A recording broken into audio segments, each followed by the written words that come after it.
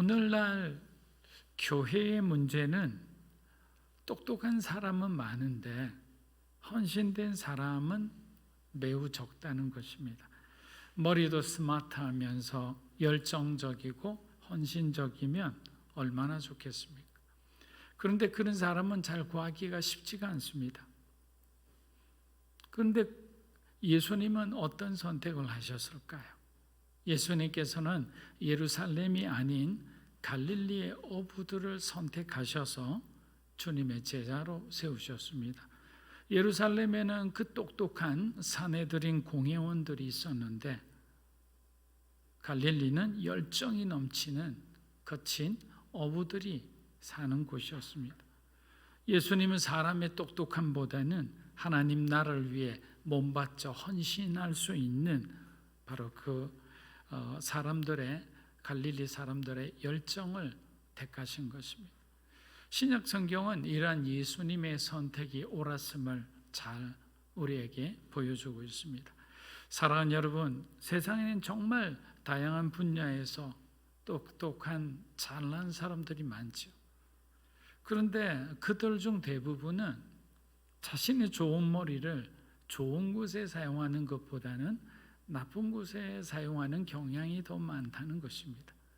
이스라엘에도 왕과 제사장과 이 율법학자들과 같은 똑똑한 사람들이 많이 있었습니다. 그러나 그들은 하나님을 의지하지 않았어요. 똑똑하니까 하나님을 의지하는 것처럼 하지만 결국 자기 자신과 우상을 의지하고 그렇게 마음대로 산 결과가 바로 무서운 메뚜기 재앙을 만난 것입니다. 그러나 요엘은 메뚜기 재앙으로 끝이 나는 것이 아니라 새로운 여호와의 날이 임박했다고 백성들에게 경고하고 있습니다. 요엘서 2장 1절 우리 한번 읽어보겠습니다.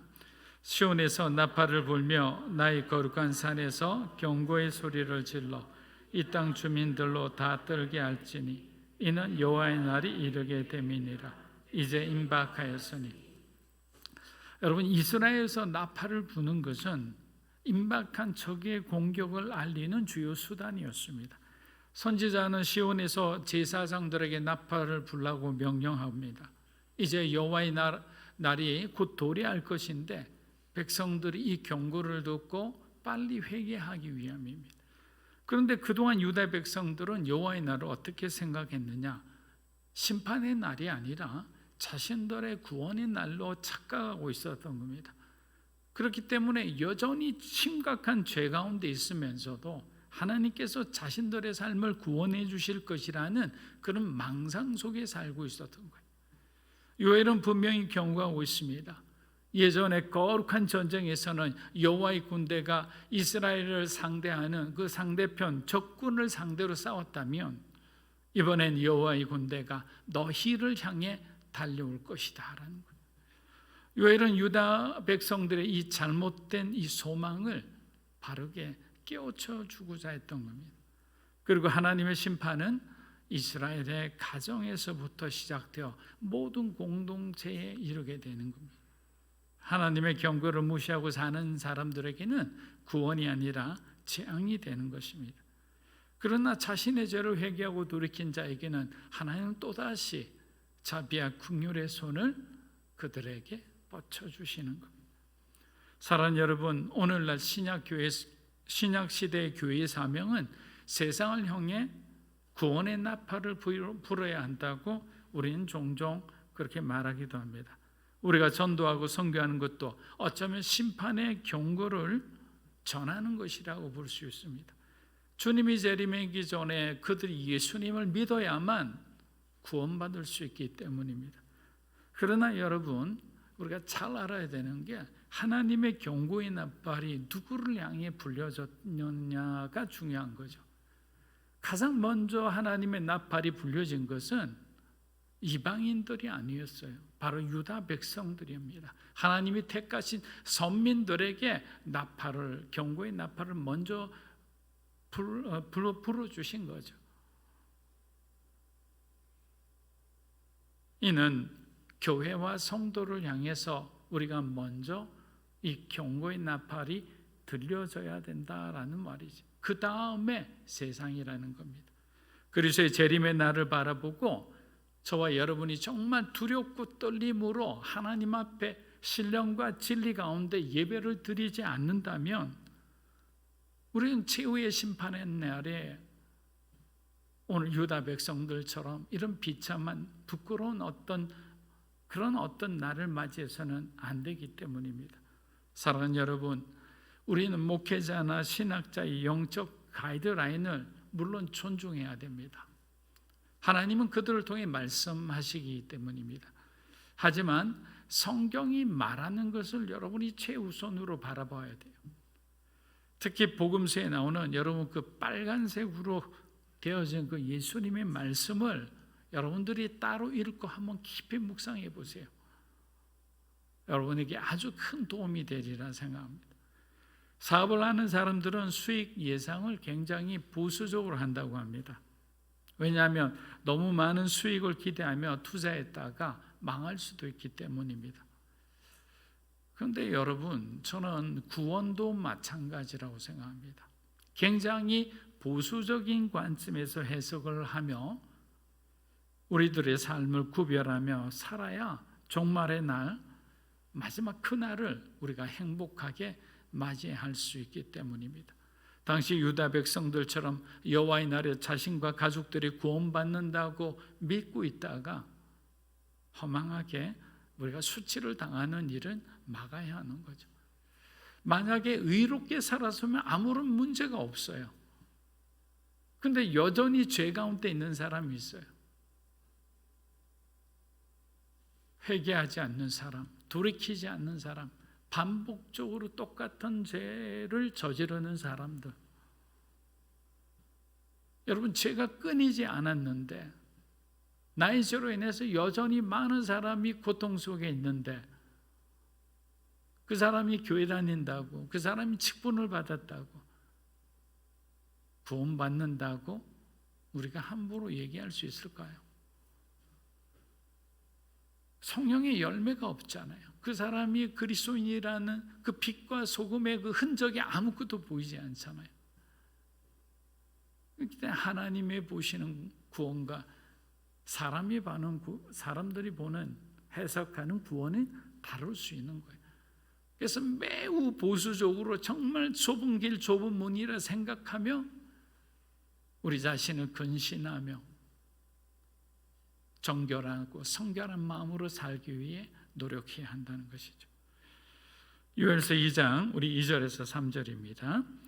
곧 어둡고 캄캄한 날이여 짙은 구름이 덮인 날이라 새벽빛이 산 꼭대기에 덮인 것과 같으니 이는 많고 강한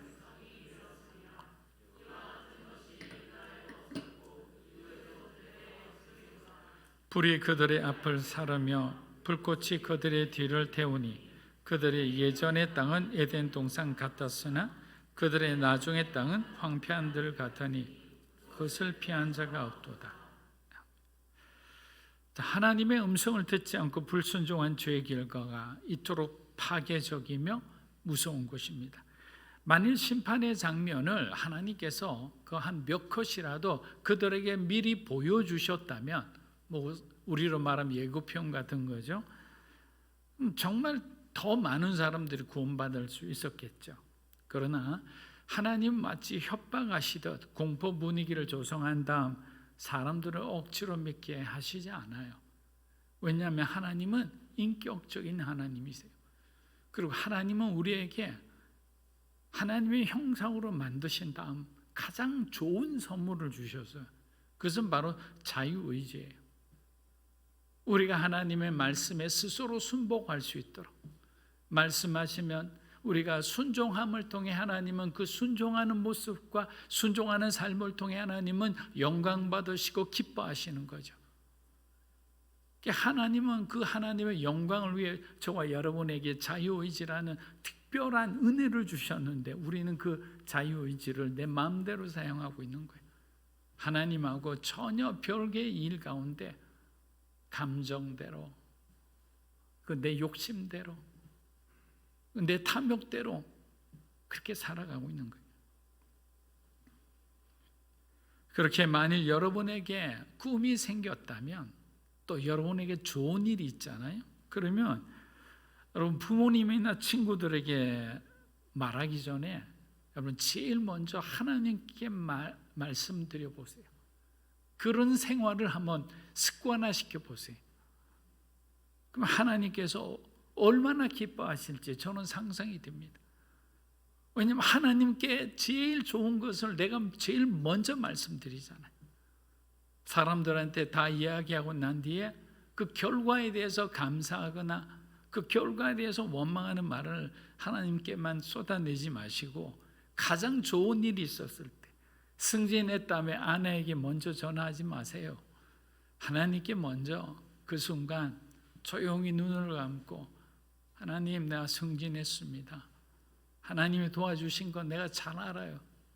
앞으로도 주님의 뜻대로 또 이 승진한 이 자리에서 정말 빛과 소금처럼 그렇게 살아내겠습니다. 힘을 주세요. 여러분, 그렇게 사는 거예요. 그렇게 가장 좋은 것을 하나님께 드리는 여러분이 되기를 주의 이름으로 축복합니다. 여러분, 많은 사람들이 하나님을 최우선으로 하지 않았기 때문에 그들이 원하는 것을 얻지 못했다는 사실을 그 많은 사람은 아직도 깨닫지 못하고 있어요. 하나님을 최우선으로 우리의 삶을 두지 못한 결과예요. 하나님은 바로 여러분들에게 가장 좋은 것을 주기를 원하는 동시에 하나님은 여러분에게 가장 존귀함을 받기를 원하는 거예요. 넘버원이 되기 원하는 거예요. 여러분의 자녀가 아니에요. 여러분의 삶의 넘버원은 바로 하나님인 거예요. 예수 그리스도인 거예요. 하나님은 여러분의 삶의 가장 맨 앞자리를 앉기를 원해요. 그래서 다른 어떤 것도 다른 어떤 사람도 그 자리를 차지해서는 안 되는 거예요. 이 말은 굉장히 중요한 말입니다. 왜냐하면 다른 사람이 그 자리에 앉아 있으면 저와 여러분은 그리스도인이 아니라 우상 숭배자가 되어버리기 때문에 우리의 우상이 없게 치워내야 되는 거예요. 출애굽기에 그러잖아요. 장신구를 다 떼라고. 근데 너무 많은 장신구들 부러지버태가 너무 많아요. 우리는 다 떼어내고 믿음으로 순종으로 살아갈 때 하나님은 우리에게 보이지 않는 어마어마한 영적인 능력을 주시는 거예요. 그리고 세상이 알 수 없는 평안과 세상이 느낄 수 없는 그 영적인 기쁨을 우리에게 주는 거예요. 그 기쁨을 우리가 누리면서 우리 마음 가운데는 무엇이 샘솟느냐? 바로 그날을 향한 하나님의 그 소망이 우리 가운데 자리 잡게 되는 거예요. 그래서 우리는 이 땅을 살아가는 것이 하나님 나라를 바라보며 그날에 주님을 다시 만날 그 소망으로 살아가게 되는 거예요. 그 소망은요, 그 세상이 그 어떤 어려움과 고난도 이겨내지 못해요. 어떤 유혹도 우리를 굴복시키지 못해요. 오직 믿음으로 하나님을 바라보며 그리스도 안에서 살아가는 것이 성도의 가장 복된 삶이라는 겁니다. 요엘서 2장 우리 12절에서 14절입니다. 여호와의 말씀에 너희는 이제라도 금식하고 울며 애통하고 마음을 다하여 내게로 오라 하셨나니 너희는 옷을 찢지 말고 마음을 찢고 너희 마음 그는 은혜로우시며 자비로우시며 노하기를 더디하시며 이내가 거시사 뜻을 돌이켜 재앙을 내리지 아니하시나니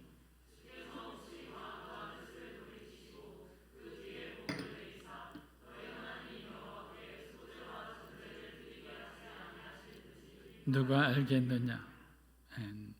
자, 요엘서 2장 1절에서 11절까지 이 앞에 본문이죠. 선지자는 여호와의 날의 임박성과 그 날이 어떤 날이 될 것인지를 지금 예언하고 있습니다. 이미 메뚜기 재앙으로 녹초가 되어 있는 백성들에게 이보다 몇십 배, 몇백 배 강한 그 심판의 저주가 있을 것을 선포한 것이죠.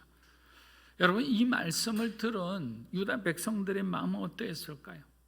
이미 모든 것을 다 잃어버렸는데 이제는 야훼 하나님이 우리의 생명을 거두어 가시는구나 라고 생각하지 않겠습니까? 그런데 12절부터 뭔가 반전의 조짐이 보이기 시작합니다. 여러분 12절에 이제라도란 이 단어를 여러분이 좀 주목해 보시면 좋을 것 같습니다. 이제라도의 이 단어의 원어적 의미는 무엇인가? 모든 것이 다 끝장나버린 상황에서라도 다시는 회복될 수 없을 것이라고 판단되는 때라도라는 의미를 가지고 있는 거예요. 이 말은 또한 심판의 기준과 회개의 기준은 사람이 아니라, 인간의 도덕이 아니라 하나님의 바로 기준이라는 거예요.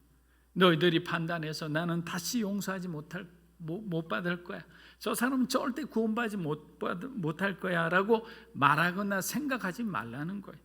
아직 늦지 않았으니까 심판의 날이 오기까지는 기회가 있다는 거예요. 아직 늦지 않았으니 여호와께로 돌아오라 라는 바로 하나님의 무한하신 사랑과 은혜를 느낄 수 있는 말씀이 바로 이제라도라는 단어예요.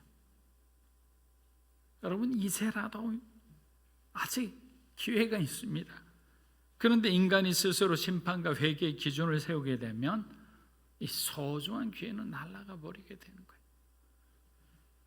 그래서 가장 늦었다고 생각할 때 오히려 가장 빠른 때라는 말이 있듯이 여러분이 소망을 포기한 그 시간에도 예수님은 우리의 회복을 위해 지금도 중보하고 계시는 것을 우리는 기억해야 하는 것입니다. 그렇게 회개하고 돌이키기를 원하는 사람은 더 이상 미뤄서는 안 됩니다. 저는 이 설교를 듣고 있는 이제라도 여러분들이 결단하시면 충분히 가능하다고 생각합니다. 믿음은 뭡니까? 영어로 그냥 쉽게 표현하면 그 right here, right now 시잖아요. 바로 여기, 바로 지금이라. 미루어서는 안 돼요. 믿음은 하나님이 깨닫게 해주셨을 때 바로 그 자리에서 순종하는 거예요. 우리 가정이, 우리 자녀가, 우리 교회가 여호와께로 돌아가자라고 외치며 회개한다면 하나님께서는 우리 모두를 죽음의 심판으로부터 구원해 주시리라 믿습니다. 요엘서 2장 13절을 한번 보겠습니다.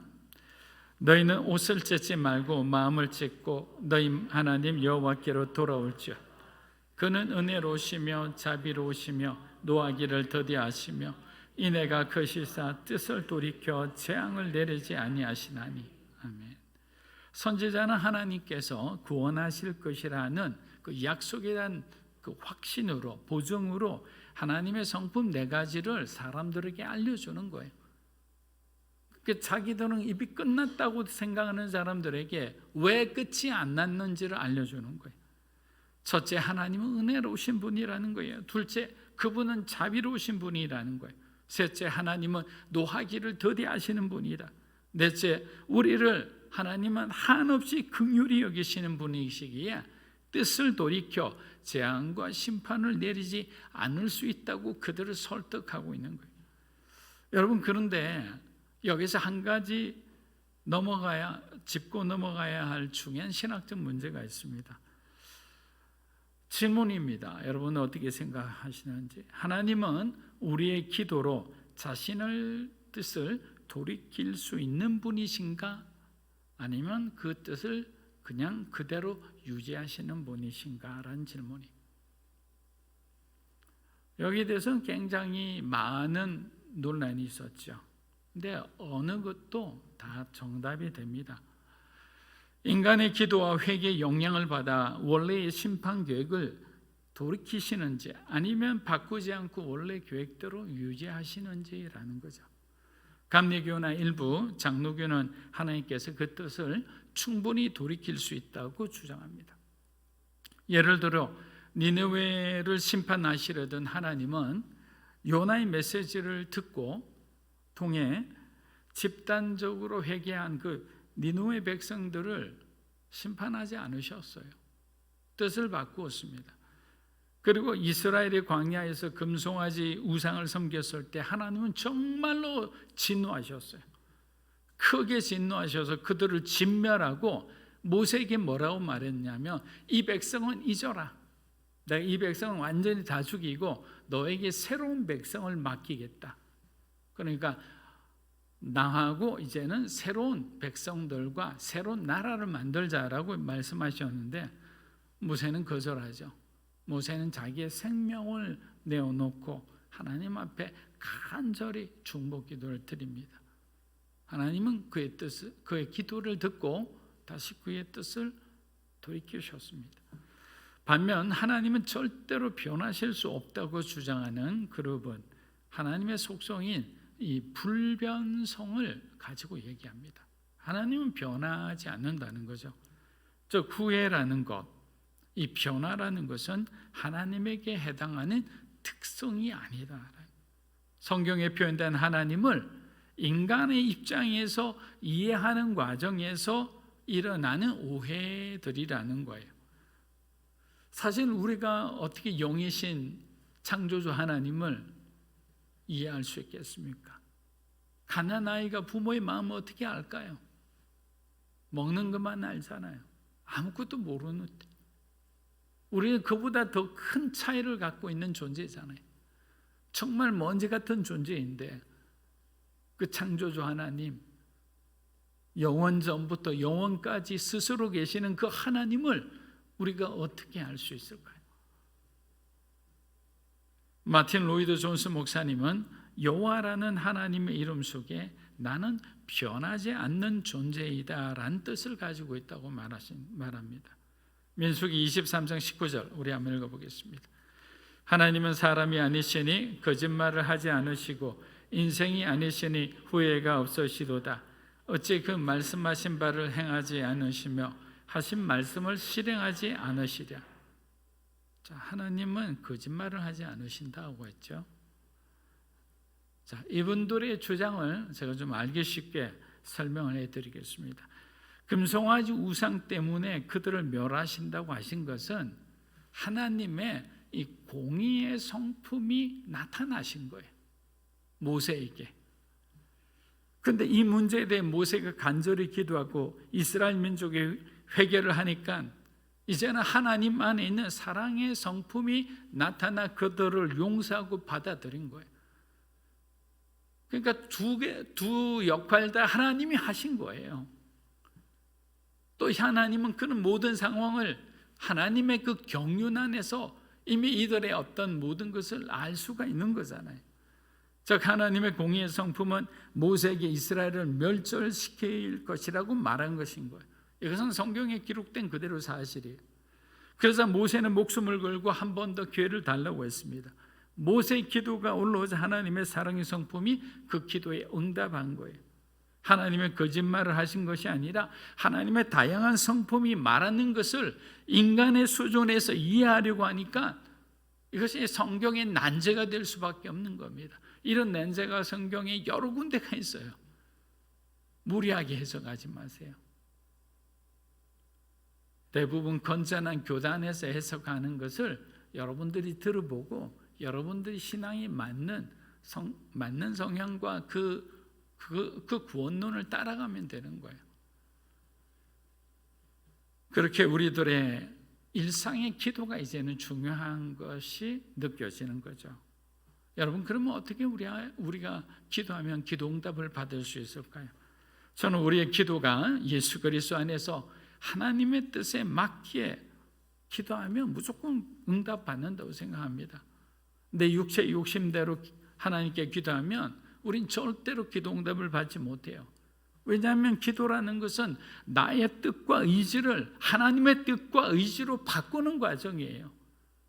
우리가 하나님의 음성을 듣고 하나님의 뜻과 하나님의 의지로 바꿨을 때 그 기도는 하나님께 드리는 성령이 받으시는 기도가 되는 거예요. 그런데 여전히 내가 그 기도를 붙들고 있으면, 내 욕심이 그 기도를 붙들고 있으면 하나님께서 응답을 해주실 수가 없죠. 사랑하는 여러분, 우리는 기도함으로 어떤 일이 일어나는 줄 아세요? 바로 하나님의 뜻과 계획 가운데 우리가 참여하게 되는 거예요. 여러분들이 어떤 행사를 놓고 기도하는 거잖아요. 그럼 여러분은 실질적으로 그 행사의 멤버 안에 기록은 되어 있지 않지만 하늘나라에는 기록이 되는 거예요. 중보자로 기록이 되어 있는 거예요. 기도자로서. 주기도문처럼 뜻이 하늘에서 이루어진 것처럼 땅에서도 이루어지는 그런 역사가 저와 여러분의 삶에 있기를 주의 이름으로 축복합니다. 요엘서 2장 13절을 보면 성경에 유일하게 하나밖에 없는 표현이 나옵니다. 그것이 바로 옷을 찢지 말고 마음을 찢고 여호와께로 돌아오라라는 표현입니다. 여러분, 유대인들에게 옷을 찢는 행위는 이 내면적인 슬픔과 이 분노를 겉으로 표현하는 일반적인 공식적인 어떤 방법이었어요. 진정한 슬픔을 표현하기보다 사실 형식적인 것이 훨씬 많았어요. 물론 다윗과 히스기야가 했던 그런 옷의 찢어짐은 마음의 찢어짐이었죠. 겉으로 옷을 찢었지만 그는 마음이 찢겨진 채 하나님 앞에 회개하며 나아갔던 겁니다. 그러므로 요엘은 의례적인 행사로서의 회개가 아니라 마음의 진정한 변화를 요구하고 있는 겁니다. 사랑하는 여러분, 이 단어의 이 마음을 찢고라는 해당하는 이 히브리어의 원래 뜻은 철저한 내적 변화를 요구하는 거예요. 여러분에게 내적인 변화를 요구하는 거예요. 생각의 변화가 아니에요. 마음의 변화입니다. 마음 깊은 곳에서부터 하나님의 뜻에 합한 사람으로서 살아가는 자로서 우리가 변화될 것을 하나님이 우리에게 요구하시는 거예요. 그게 마음을 찢으라는 거예요. 다른 말로 하면 세상에 빼앗긴 너의 마음을 나에게 달라라고 하시는 거예요. 우린 지금 예배를 드리고 있지요. 또 때로는 성경을 읽지요. 또 열심히 있는 사람은 성경 강해를 듣기도 합니다. 그런데 정말 여러분들이 하나님께 여러분의 마음을 드렸다고 그런 종교적인 행위를 한다, 신앙적인 행위를 한다고 해서 드렸다고 할 수 있을까요? 믿음으로 사는 교회 성도들은 다 그랬다고 생각을 합니다. 그렇지만 우리는 정직하게 한 번씩 돌아봐야 될 거예요. 그럴 때도 있고 그렇지 않을 때도 많기 때문입니다. 사랑하는 여러분, 옷을 찢는다는 것은 얼마든지 가능합니다. 진지한 표정과 안타까운 마음으로 충분히 다른 사람을 속일 수도 있어요. 그러나 주님은 모든 것을 알고 계시지 않습니까? 하나님을 만우에 여겨서는 안 되는 거예요. 회심이라는 것은 말 그대로 우리의 마음을 돌이키는 거예요. 마음을 찢는다는 것은 마음을 올바로 되돌려 놓는 작업이라는 거예요. 예레미야 24장 우리 7절 한번 읽어보겠습니다. 내가 여호와인 줄 아는 마음을 그들에게 주어서 그들이 전심으로 내게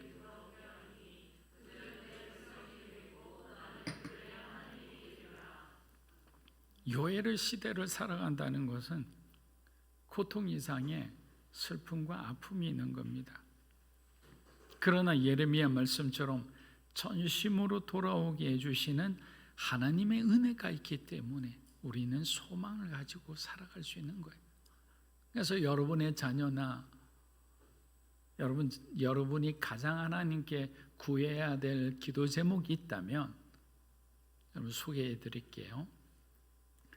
은혜 받는 자의 삶을 살게 해달라고 기도하세요. 가장 축복된 것이 은혜 받는 자의 삶이에요. 하나님의 은혜를 받을 수 있는 사람, 그 받은 은혜를 누리는 것이 아니라 누리기만 하는 것이 아니라 나눌 수 있는 사람, 흘려보낼 수 있는 사람. 요엘서 2장 15절에서 17절입니다. 너희는 시온에서 나팔을 불어 거룩한 금시계를 정하고 성회를 소집하라. 백성을 모아 그 모임을 거룩하게 하고 장로들을 모으며 어린이와 젖 먹는 자를 모으며 신랑을 그 방에서 나오게 하며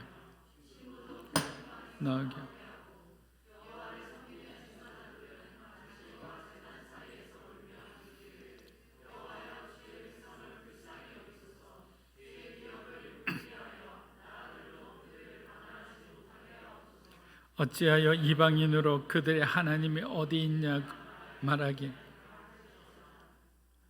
여러분, 지금까지는 개인의 회개에 대한 말씀이었다면 15절부터 갑자기 유다 공동체 전체로 확대되고 있어요. 심판의 나팔이 불려졌기에 다가오는 심판을 피하기 위해서는 모든 공동체가 하나가 되어서 하나님 앞으로 나오라는 거예요. 하나님 앞에 낮아져야만 살 수가 있다라는 거예요. 금식일을 정해 거룩하게 하고 장로와 어린이 젖 먹는 자부터 신랑과 신부와 제사장 이르기까지 한 사람의 예외도 없이 모두 참여하라는 거예요. 유다 공동체가 하나님 앞에서 마음을 찢고 지금까지 저지른 우상 숭배를 회개하며 주의 전에 모여 예배드리고 기도하며 하나님께 긍휼과 자비를 구하기 위해 지금 모여 있는 거예요.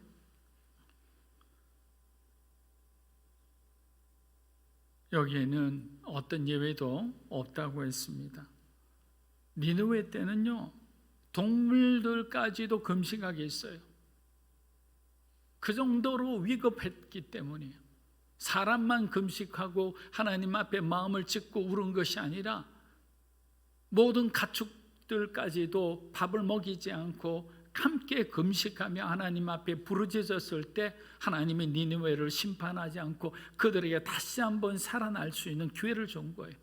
만일 여러분의 삶 가운데 그런 어떤 말도 안 되는 그런 상황을 만나게 된다면, 여러분이 말도 안 되는 그런 죄를 저지르게 된다면, 여러분 자신이 여러분을 정죄하고 판단하고 구원의 확신이 없다고, 더 이상 너는 하나님 앞에 사랑받을 수 없는 자야라고 비난하거나 자책하지 마시고 하나님께 정직하게 그대로 나오세요. 아직까지 기회가 있잖아요. 이제라도 회개하면 되는 거예요. 돌이키면 되는 거예요. 그리고 간절한 마음으로 하나님 앞에 여러분의 삶의 변화를 보여드리세요. 사랑하는 여러분, 인간은 죄인이라 거룩하신 하나님께 스스로 나아갈 수 없습니다. 그래서 하나님께서는 당신과 이스라엘 백성 사이에 중보자로 세우신 거죠. 17절에 나오듯이 구약에선 제사장들이 그 역할을 맡아 있습니다. 그런데 여러분, 17절 보면 제사장들은 낭실과 제단 사이에서 울며 이르기를, 왜 울라고 합니까? 낭실과 제단 사이는 백성과 지성소가 있는 그 공간이에요. 그 공간에 우상 숭배를 했기 때문이에요. 우상의 기구들을 그곳에 들여놨기 때문이에요. 너희들의 한 죄를 너희들을 깊이 깨닫고 하나님 앞에 통회하며 울라는 거예요. 너희 제사장들아, 너희 왕들아, 너희 지도자라는 사람들이 먼저 하나님 앞에 통렬하게 회개하고 다시는 이 성전이 오염되지 않도록 하라는 거예요. 다시는 저와 여러분의 몸인 성전이 하나님 앞에 부끄러움을 당하지 않도록 하라는 거예요. 이제는 신약 시대는 오직 한 분의 중보자만 존재합니다. 그분이 바로 예수 그리스도입니다. 이제 누구든지 그리스도 이름으로 그리스도 안에서 하나님께 나아가 자비와 긍휼과 용서를 호소할 수 있는 것입니다. 마지막으로 요한복음 14장 6절 우리 읽어보겠습니다. 예수께서 이르시되 내가 곧 길이요 진리요 생명이니 나로 말미암지 않고는, 말씀을 마무리합니다. 이제 우리는 예수 그리스도가 중심이 되는 삶을 살아야 합니다. 왜냐하면 그리스도께서 우리의 유일한 생명의 길이 되어 주시기 때문이에요. 다른 길은 없어요. 사랑하는 여러분, 우리는 12절에 너희는 이제라도의 긴박한 선지자의 경고를 기억하며 그 돛을 찢는 것이 아니라 우리 내면의 마음을 찢고 통회하는 마음으로 주님의 오심을 준비하는 지혜로운 믿음으로 사는 교회 성도 여러분이 되시기를 주의 이름으로 축복합니다. 아멘.